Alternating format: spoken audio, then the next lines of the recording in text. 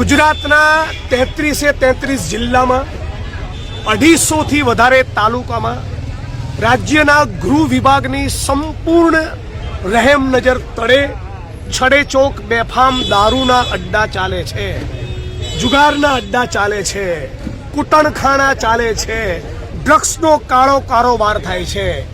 મેં થરાદના ઢીમામાં મહિલાઓએ કરેલી ફરિયાદના પગલે પોલીસ સ્ટેશન ગયો હતો।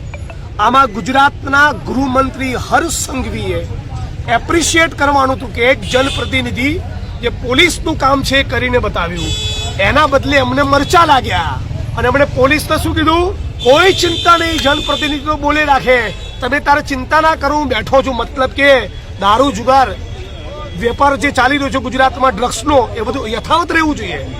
અમારે પોલીસને એવું કહેવું જોઈએ, કોઈ પણ ચૂંટાયેલો જનપ્રતિનિધિ કોંગ્રેસનો હોય, ભારતીય જનતા પાર્ટીનો હોય, એ ગુજરાતમાં ચાલી રહેલી કોઈ પણ ઇલીગલ એક્ટિવિટી ધ્યાન ઉપર લાવશે તો કડક પગલાં ભરીશ। એવું કહેવાના બદલે 8 ચોપડી પાસ માણસ ગુજરાતની જનતાને ગુમરાહ કરે છે અને એવું કહે છે પોલીસ વાળાઓને કે તમે તારે ચિંતા ના કરો।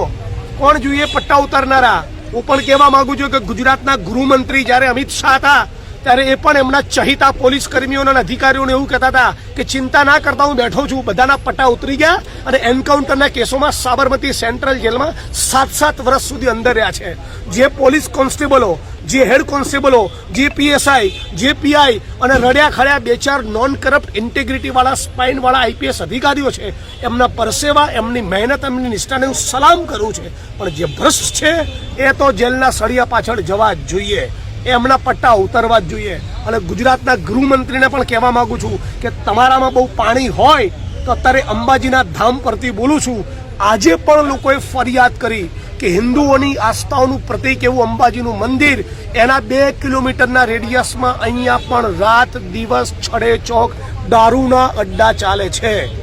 દ્વારકા, સોમનાથ, સાળંગપુર, હનુમાન, ડાકોર, વડતાલ સ્વામિનારાયણ સંપ્રદાયનું મંદિર, તમામ હિન્દુ ધર્મના મંદિરો, સ્થાનકોની 2 કિલોમીટર 3 કિલોમીટરની ત્રિજ્યામાં દારૂના અડ્ડા ચાલે છે। એટલું જ નહીં, ગુજરાતના ગૃહમંત્રીના વિધાનસભા ક્ષેત્રમાં પણ ચાલે છે। બહુ પાણી હોય તો ફાંકા ફોજદારીના બદલે આ બધા દારૂના અડ્ડા બંધ કરીને બતાવો અને જવાબ આપો ગુજરાતની જનતાને કે કોના પાપે ગુજરાતના દરિયાકાંઠે 64,000 કરોડનું ડ્રગ્સ છેલ્લા 5 વર્ષમાં ઉતર્યું।